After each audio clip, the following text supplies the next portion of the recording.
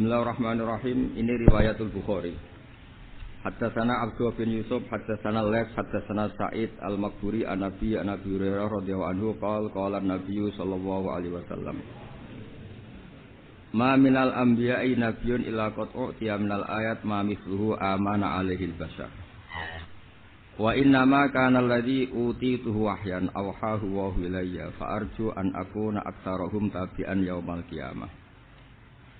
Jadi kita tahu semua nabi itu punya mukjizat, ya, semua nabi itu punya apa? Mukjizat. Mukjizat itu hal yang luar biasa yang memastikan manusia itu tidak bisa menyainginya atau menandinginya. Dan rata-rata mukjizat nabi dulu itu fisik. Misalnya ontanya Nabi Soleh itu kan onta tapi keluar dari batu, itu kan aneh, aneh sekali. Atau tongkat Nabi Musa bisa simsalabim mengeringkan laut apa? Merah. Semua nabi itu punya mukjizat dan semuanya berbentuk fisik. Kecuali mukjizatul Rasulullah sallallahu alaihi wasallam itu berupa Al-Qur'an. Al-Qur'an itu konsep ilmiah. Terus kata Rasulullah sallallahu alaihi wasallam, tapi saya karena Quran itu justru berharap pengikutku besar dan sampai hari kiamat. Sekarang kita logika ya. Andaikan kamu punya tongkatnya Nabi Musa, kalau kamu suka uang, kepikirannya dijual apa dipakai? Kalau kamu suka uang, kalau kamu ahli suudzon itu pikirannya ndak, ini asli ndak. Karena yang melihat di Turki itu ya sebagian gitu. Kalau yang suka perdukunan itu bayangkan itu miliknya, mungkin dipakai ngakali orang atau apa, pokoknya bayangkan itu miliknya. Kalau yang kolektor pikirannya itu nanti ini laku berapa. Tapi kalau peneliti mungkin pikirannya itu ini asli apa enggak? Bukti aslinya apa? Repot lah. Lagi pula kalau kamu punya utang terus mau apa? Istri kamu marah mau apa? Kalau pakai tongkat. Nah, beda dengan mukjizatnya Quran itu semuanya apa? Ilmiah. Orang yang sedang harmonis dengan istri bisa pakai ayat. Di antara ayat-ayat Allah itu apa? Wa ja'ala bainakum mawaddatan warahmah. Nanti kalau ditakdir cerai, saya tidak menyanangkan cerai. Kalau ditakdir cerai, itu masih dimotivasi sama Allah. Wa iyyatafarraqa yughnillahu kullam min sa'ati. Jika suami istri itu cerai, jangan-jangan suaminya dapat istri lebih baik, istrinya nanti dapat suami lebih baik. Jadi yang masa lalunya ada keprahara. Kan banyak orang suaminya meninggal ketika nikah lagi ditanya, kangen sama suami pertama, alhamdulillah ini lebih baik. Padahal suaminya yang meninggal itu berharap istrinya ini kangen, ternyata dia sudah syukur dapat suami yang lebih baik. Jadi Quran itu menunggui kita ila yaumil qiyamah. Kita tidak bunuh diri, itu ya barokahnya Quran. Karena problem apapun kita dinasihati apa sabar, apa dinasihati sabar. Kan nggak mungkin kamu pegang tongkatnya Nabi Musa, punya masalah apa saja lihat tongkat, bisa apa tongkat. Tapi kalau Quran kan nasihat, solusi. Makanya Nabi berharap dengan Quran ini, saya berharap pengaruh saya, pengikut saya terbanyak ila yaumil qiyamah. Terus beliau dikomentari begini sama, ini Fathul Bari, sarahnya Bukhari. Al-muradu anna mu'jizatil anbiya in qaradat binkiradi a'sorihim. Falam yusyahidha illa man hadaraha. Problem mukjizat nabi-nabi dulu itu kan fisik. Sehingga yang tahu kalau Nabi Soleh punya unta yang ajaib, itu yang tahu ya hanya yang hadir saat itu. Yang tahu kalau tongkat Nabi Musa bertuah, itu juga yang tahu hanya yang hadir saat itu. Selebihnya tahu tongkat ya di museum. Tapi kalau Quran menjadi solusi, menjadi panduan, menjadi pegangan, itu ila yaumil qiyamah. Kita beri contoh ya, Quran panduan yang paling gampang misalnya begini. Dulu ini cerita ya. Dulu itu ada orang kafir cerdas namanya Jubair bin Mut'im. Itu saking pinternya dia, pinter juga tokoh. Itu sebagai delegasi pembebasan Asra Badrin. Jadi tawanan-tawanan perang Badar itu mulai dulu ya ada negosiasi mau dibebaskan. Terus orang-orang kafir ini menugaskan namanya Jubair bin siapa? Mut'im. Ini ada di Bukhari. Karena ini ngaji di Jakarta. Kalau orang nggak tahu hadis juga tanya ini sahih enggak? Wong nggak tahu kok tanya itu aneh. Padahal kalau dibodoni itu ya nggak tahu. Tapi ya tetap tanya, hadisnya ini sahih enggak? Ini kata kiai apa kata nabi ini ya. Memangnya kata nabi kamu dengar kan ya lewat kiai.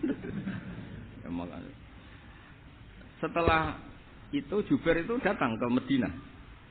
Dengar ini, datang ke mana? Madinah. Kemudian dengar Nabi baca wattur pas salat maghrib. Jubair karena Nabi dulu gak ada hotel, gak ada pondok ya. Pondoknya Nabi hanya sufah itu. Nabi baca maghrib, bukan diskusi, bukan debat, baca wattur wa kitabi mastur fi raqim mansur wal baitil ma'mur was saqfil marfu wal bakhril masjur terus. Kemudian sampai pada titik ayat am khuliqu min ghairi syai'in. Masa manusia atau alam raya yang maujudat, yang nyata, yang wujud nyata. Kemudian asal usulnya itu ketiadaan. Ini kan hadhil alam maujud. Alam ini kan nyata. Masa sesuatu yang nyata penciptanya itu tidak nyata. Jadi enggak mungkin ada paham nihilisme. Kalau paham nihilisme berarti melahirkan teori begini. Al-adamu yakhluqu maujudan. Sesuatu yang tidak ada menciptakan yang itu kan akal enggak bisa nerima. Kalau sesuatu ini ada, penciptanya pasti ada. Terus akhirnya Jubair bin Mut'im itu simpuh di depan Rasulullah terus bilang, "Ya Muhammad, kada qalbi ayatir." Hampir saja hati saya terbang. Kalau riwayatnya Imam Ahmad, faka'an nama sudi qalbi, hati saya dihancur. Semua teori yang saya bawa untuk melawan kamu sekarang luluh semua, hancur semua. Yang benar adalah teori Anda bahwa Tuhan itu satu dan Tuhan itu ada sebelum semua makhluk. Coba kalau Nabi Muhammad ada Jubair bin Mut'im terus menyembunyikan tongkat dekat mihrab. Terus dilihat ini apa. Paling pikirannya ini dari kayu apa. Terus yang bentuk tongkat itu tukang pemahatnya siapa. Kok kurang keren kalau di Blitur gimana ya. Kan malah panjang. Kira-kira kalau mukjizat itu dari tongkat itu malah panjang. Panjang lah pokoknya. Panjang. Lagi pula kamu coba kan nggak ngarah mandi. Itu yang mandi kan nabinya, bukan tongkatnya. Coba tongkatnya Nabi Musa coba anak-anak beki itu. Dipakai mukul kucing aja tidak mesti mati itu. Jadi nggak jelas mukjizat-mukjizat seperti itu nggak. Tapi kalau Quran menunggui. Sampai saking hebatnya Quran, teori rasionalitas, kampanye di mana-mana. Tingkat validitas, tingkat kebenaran Quran. Itu bahkan bisa diuji tanpa membuktikan. Tanpa apa? Membuktikan. Cukup pakai akal. Saya tidak bosan-bosan cerita ini karena ini khazanah kita. Di kitab Nailul Ma'mul itu, di kitab Usul Fiqih. Saya berkali-kali cerita ini karena ini untuk menunjukkan bahwa Quran itu liqaumi ya'qilun, liqaumi yatafakkarun. Ada seorang kiai, seorang ustaz, kiai dulu. Kiai dulu itu emang orang soleh, alim terus jadi kiai. Kalau kiai sekarang tuh macam-macam, nganggur terus ingin jadi kiai. Terus daftar gitu. Ada lowongan di yayasan masuk ingin jadi ustaz. Karena dengar ada gajinya. Dulu sudah ada seperti itu udah. Makanya dulu tuh kalau ustaz kiai pasti soleh karena dia alim terus ingin orang lain tuh mendapat ilmunya. Kalau sekarang nggak ada yayasan sehat, guru gajinya sekian. Yang nggak ingin jadi ustaz tuh daftar. Karena ada gaji, apalagi ada kabar, ada gaji, ada mes, ada wah yang daftar banyak. Tapi mentalnya ada kiai sebetulnya. Ya kalau sama tanya itu baik bagus ya setengah baik. Ya maksudnya setengah baik ya ada baiknya lah, namanya profesi ngajar itu kan baik. Tapi setengah saja karena motifnya itu nyari gaji bukan ingin mencerdaskan umatnya Rasulullah SAW. Itu Imam Amudi itu guru matematika. Saya nggak bosan-bosan cerita ini. Guru matematika. Muridnya sampai takut. Ini masuk surga ndak? Kiai kok ndak ngajarin istighosa atau tahlil malah ngajarin apa? Matematika. Beliau meninggal terus muridnya tanya, "Ma fa'alallahu bik?" Kira-kira gitu. Apa yang dilakukan Allah? Allah nyambut Anda gimana? Terus kata Imam Amudi, bagus saya disuruh ngajar malaikat. Karena malaikat kan tidak pernah kayak anak beki gini ngaji gini. Malaikat itu tidak pernah ngaji. Dia iman saja karena tahu surga, tahu neraka terus iman gitu aja. Jadi imannya malaikat itu nggak keren kita. Imannya loh. Loh itu yang ngendikan Nabi loh, tidak saya. Nabi pernah tanya sama sahabat, iman yang paling keren siapa?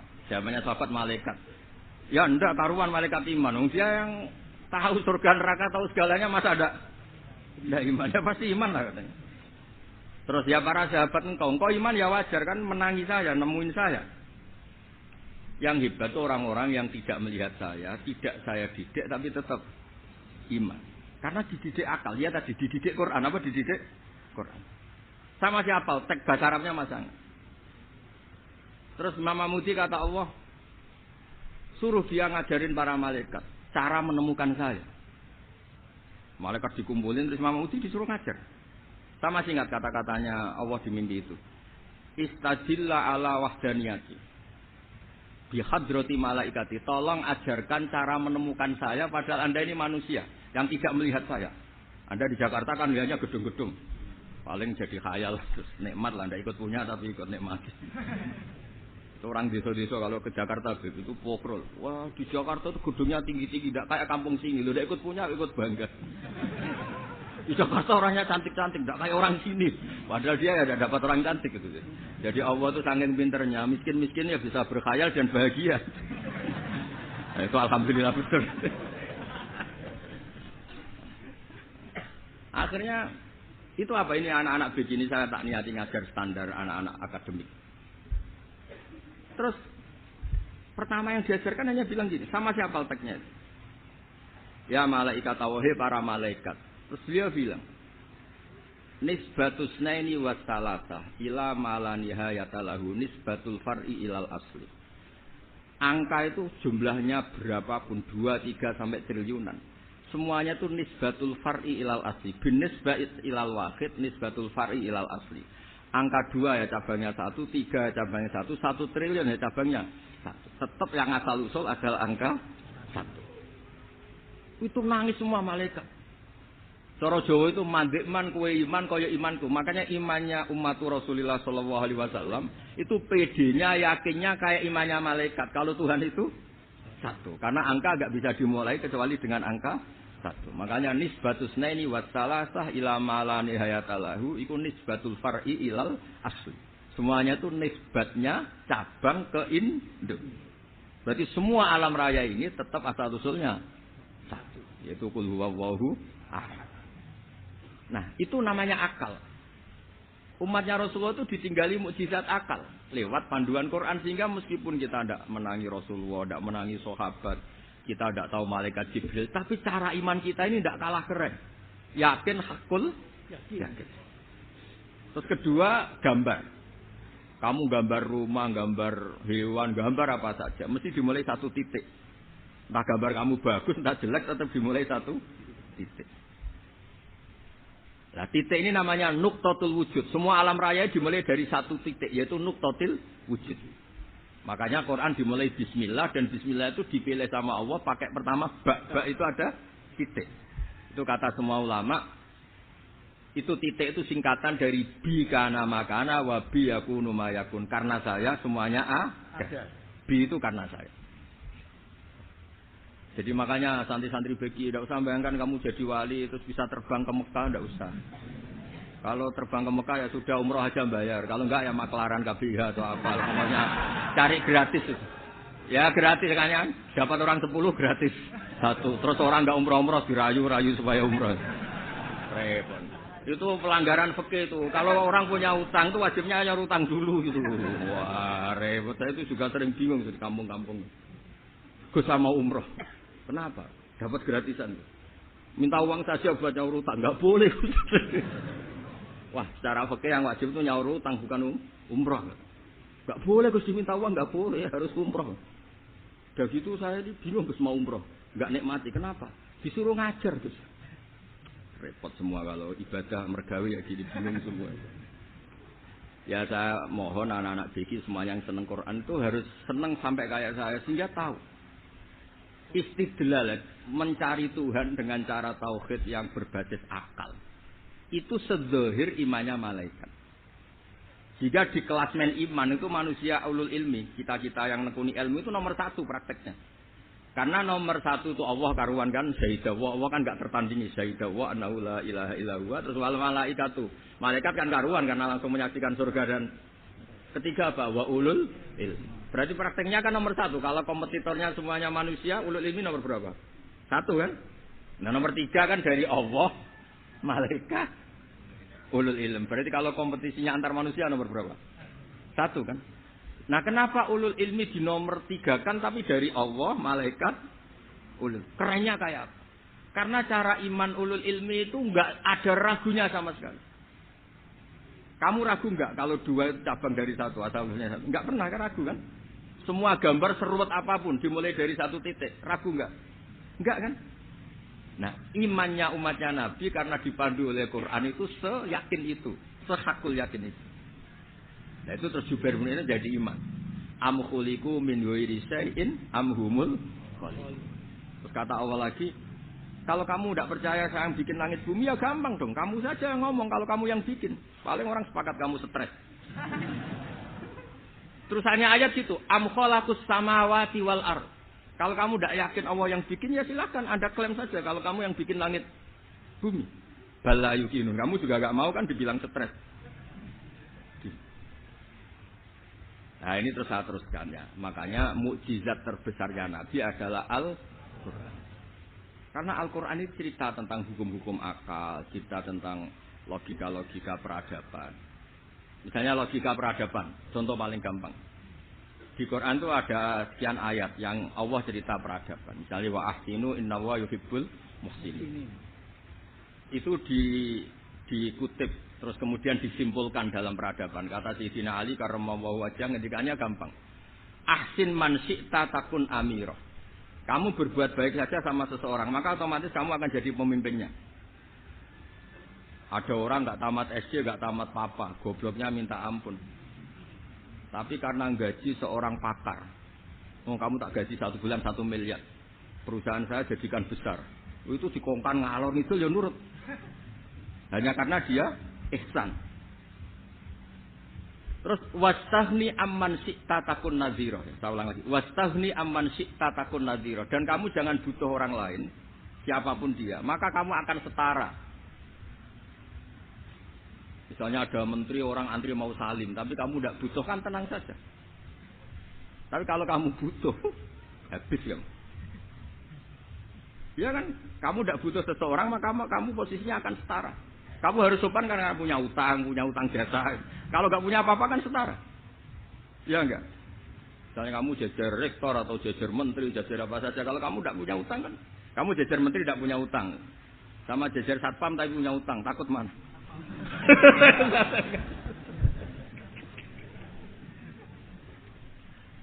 Kalau butuh itu mesti kalah kan?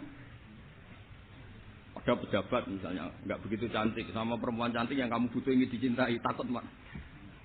Padahal nggak jelas orang ini pangkatnya apa.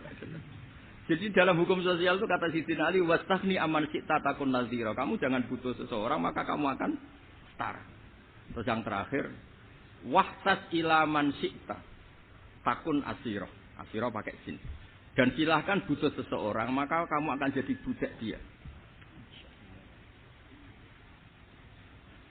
Ya coba misalnya Anda seorang profesor, seorang alim, seorang jetop.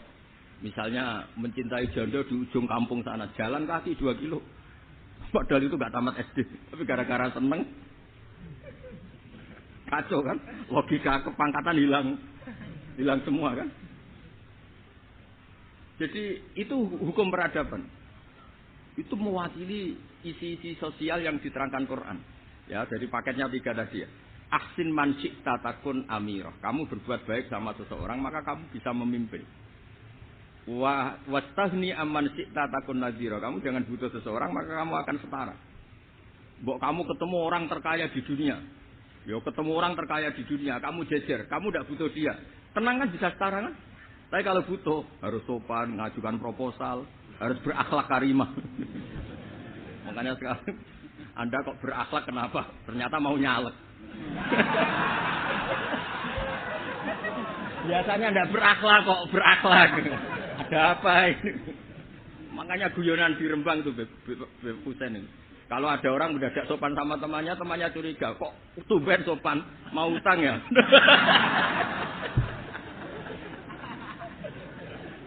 Zaman akhir itu kacau.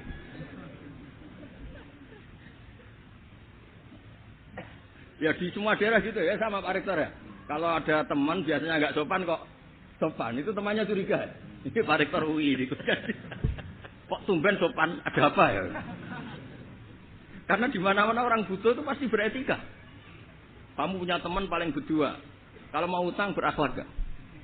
Atau misalnya kamu punya adik cantik, terus punya teman berdua, kalau cinta adik kamu berakhlak gak? Ya saya nggak sama sekali nggak berakhlak. Gara-gara butuh menjadi berakhlak. Ya jadi hukum sosial itu ya kuncinya 3 tadi. Ahsin man syi'ta takun amira. Wastaghni amman syi'ta takun nazira. Terus wahtas ila man syi'ta takun asira. Kalau kamu butuh seseorang pasti kamu dibikin hina. Asir itu tawanan. Nah, Quran itu bicara sosial itu lengkap. Dan itu yang nunggui kita. Kita punya tetangga yang kurang baik, ya senang. Punya tetangga baik, ya senang. Kata Imam Syafi'i, saya berkali-kali cerita. Kok senang semua Imam Syafi'i? Ya bagus lah. Kalau yang senang saya enak lah. Tidak jagongan, tidak ngopi enak. Yang nggak senang saya, nggak ngarah utang. Uang itu nak, kamu punya tetangga nggak senang kamu. Aman kan? Aman. Nggak akan pinjam uang kan, pinjam mobil. Nggak senang kok. Makanya Imam Syafi'i itu kalau ngedikan luar Syafi'i, diceritain orang. Ya Aba Abdillah bagian ya Aba Abdillah orang itu enggak seneng kau. Bagus lah. Loh kenapa bagus? Waman asaa ilaika faqat atlaqaka. Orang yang enggak seneng kamu maka membebaskan kamu. Enggak akan pinjam uang, pinjam mobil, enggak akan ganggu waktu kamu kan enggak seneng. Justru yang seneng-senengi masalah pinjam terus. Imam Syafi'i itu orang yang anggap dunia itu selesai. Ada yang cerita ya Aba Abdillah, orang yang tadi cium tangan engkau, yang hormat engkau, di luar maki-maki engkau, ngerasain engkau, ngata-ngatain engkau. Ya bagus lah. Kok bagus sih mas? Berarti saya wibawa, di depan saya tidak berani. Berarti saya wibawa, di depan saya tidak berani. Berarti itu makomnya sudah kulillah, sumadarhum fi khawdihim, yal'abun. Sudah dunia itu selesai, sudah agak penting semua. Nah itu kalau kamu anak-anak beki ahli Quran, sudah ayatnya kulillah, sumadarhum fi khawdihim yal'abun. Sudah lihat Allah saja agak penting, makhluk-makhluk itu makhluk semua agak penting, sepenting Allah. Nah kita ini ditunggoni mukjizat seperti itu. Bayangkan misalnya kita ditunggoni tongkatnya Nabi Musa. Saya ngajar di sini itu, ini tongkat. Terus nanti yang tanya, Gus itu kayu apa Gus? Nanti yang kolektor tanya itu harganya berapa Gus? Ruwet apa? Ternyata yang ahli suudon itu asli gak Gus? Wah. Yang ahli suudon kan mesti tanyanya gitu, itu asli gak Gus? Repot-repot pokoknya. Tapi kalau Quran kan jelas, kenapa? Ya terus saya teruskan. Fala yamurru terus al-murad anna mu'jizatil anbiya in qaradat bin qidari asam wa mu'jizatul Quran mustamirratun ila yaumil qiyamah. Wa kharquhu lil adat fi uslubihi wa balaghatihi wa ikhbarihi bil mawhibah. Terus kata ini yang ngarang Fathul Bari sarahnya Imam Bukhari. Fala yamurru asrun minal a'sar illa wa yadharu fihi shay'un mimma akhbaru bi annahu sayakun yadullu ala sihhati da'wahu. Wa hadza aqwal muhtamilat. Wa takmiluhu fil ladzi ba'da. Wa qilani anal al-makna anal mu'jizat al-madiyah kanat khissiyatan tusyahadu bil absar kana qoti soleh wa asa Musa. Mukjizatnya nabi-nabi dulu itu hanya penyembuh, hanya pelengkap, hanya nuruti keinginan mata. Seperti dahsyatnya apa? Laut Merah di sebelah apa dipukul sama tongkatnya Nabi siapa? Itu semuanya itu hanya memanjakan mata. Urusan mata. Terus wow itu. Tapi kalau mukjizatnya Nabi Muhammad itu berdasar akal. Macam berdasar akal nih dengerin ya. Dengerin betul. Ketika Laut Merah terus tersibak kan wow itu keren kan? Terus kita bilang menyimpulkan, wah kita tidak akan mampu. Itu bodoh sekali kesimpulan kita tidak akan mampu. Meskipun bikin nyamuk, Anda juga tidak mampu. Loh untuk memutuskan tidak mampu saja kok sampai pertunjukan seperti itu tuh laopo, cek goblok gitu. Nah kalau kita karena umat yang pinter untuk memaksa kita nggak mampu, Allah bilang Inna wa la yastahi ajadriba masalam ma ba'ud. Kita melihat nyamuk langsung berkesimpulan tidak mampu. Saya berkali-kali cerita nyamuk itu sudah kecil, masih punya urat. Uratnya kayak apa? Masih punya kuman, kumannya seberapa? Ya enggak? Nyamuk itu kecil, punya organ tubuhnya punya urat. Itu kalau kamu pinter, antara tongkatnya Nabi Musa menyibak Laut Merah sama nyamuk itu sama-sama berkesimpulan melahirkan satu paham bahwa kita tidak mampu. Loh, untuk memaksa tidak mampu saja kok pertunjukan ada onta keluar dari batu. Nakotu soleh, ada tongkat yang bisa mengeringkan laut. Sik goblok ya. Nah kita alhamdulillah tidak jenis goblok yang seperti ini. Untuk ikrar bahwa Allah itu hebat ala kulli syai'in, cukup lihat nyamuk. Kagum kan? Sudah tidak usah bikin hidup. Saya berkali-kali mencontohkan.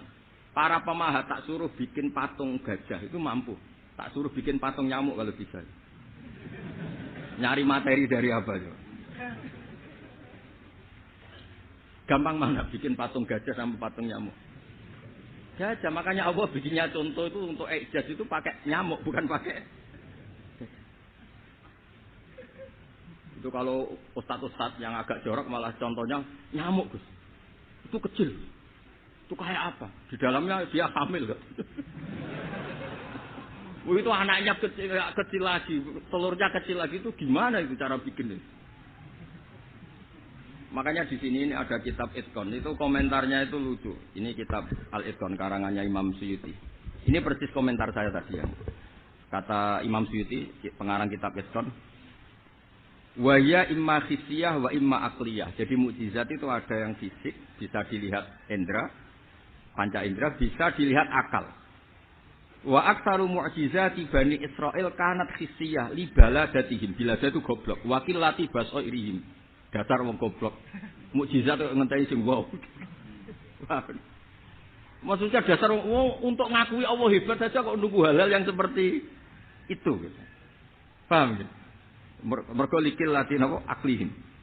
Wa aktsaru mu'jizati hadhil ummah aqliyatun li farati dzakaihim wa kamali afwahihim. Dan mukjizatnya umat ini semuanya berdasar akal karena sudah cerdas.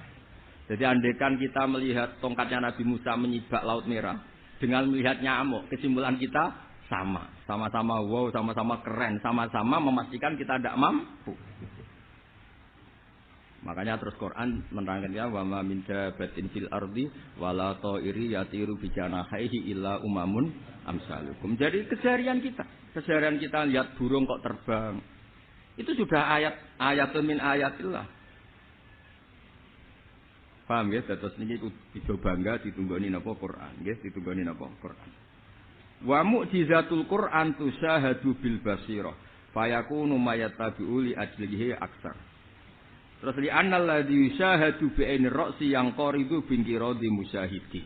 Sesuatu yang tampilan dahsyatnya itu disaksikan mata, maka itu bisa habis. Era tongkat Nabi Musa seperti itu habis enggak? Bisa mengeringkan Laut Merah, habis kan? Tapi era mukjizatnya Quran ila yaumil qiyamah. Ya contoh sosial, saya kembali lagi ke sosial. Kamu punya teman awet atau punya istri awet, itu konsepnya ya wal kaziminal ghaiz itu agak gampang tersinggung. Coba kalau kamu setiap tersinggung putus, setiap tersinggung habis, kamu tidak punya teman, tidak punya istri. Sampai kita awet seperti ini, kalau kecewa ya wal kaziminal ghaiz itu ngempet. Termasuk saya ini biasanya ngaji khusus terus baca gini ya kecewa. Tapi barokahnya diwarai Quran wal kaziminal ghaiz ngempet Gus ngempet. Terus kecewa sama teman, kok kenapa tidak putus? Karena wal afina aninna sudah, kalau kecewa maafkan. Coba kalau kita kecewa presiden demo, kecewa menteri demo, kecewa orang tua minggat. Ya kalau dicari, kalau tidak kan malu. Saya itu punya teman tak tanya, kecewa Gus sama bapak itu. Kenapa tidak minggat? Malu. Kenapa malu? Takut nggak dicari. Itu orang itu paling malu itu kalau keluar dari rumah nggak di. Saya punya teman lagi. Saya ini takut mati, Gus. Kenapa? Takut istri saya tidak nangis, Gus.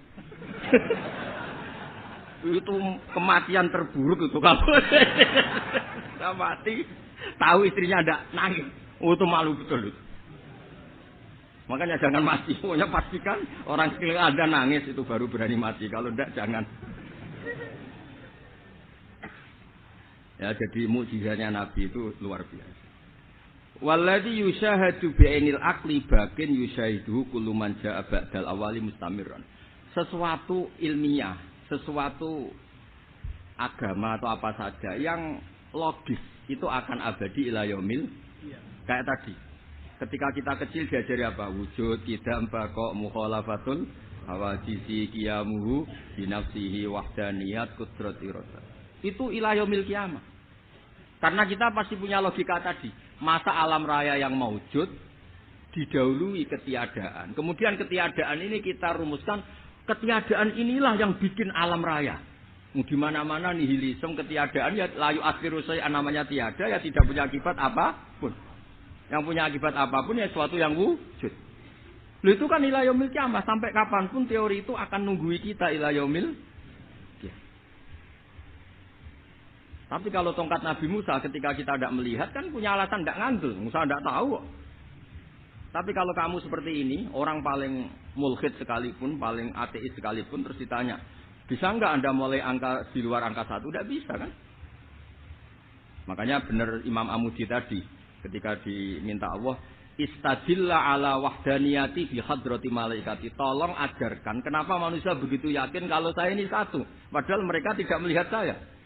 Terus beliau ngendikan apa? Nisbatus naini wasalasa ilal wahid nisbatul far'i ilal asli. Angka 2, 3 sampai enggak terbatas, semuanya dibanding angka 1 itu nisbatul far'i ilal asli. Semuanya itu cabang dari angka 1. Itu mbok siapapun enggak usah ditunggoni nabi, enggak usah ditunggoni wali. Logikanya akan seperti itu. Ini yang dimaksud apa? Walladzi yusyahadu bainil aqli bakin yusyahidu kul man ja'a badal awal mustamir.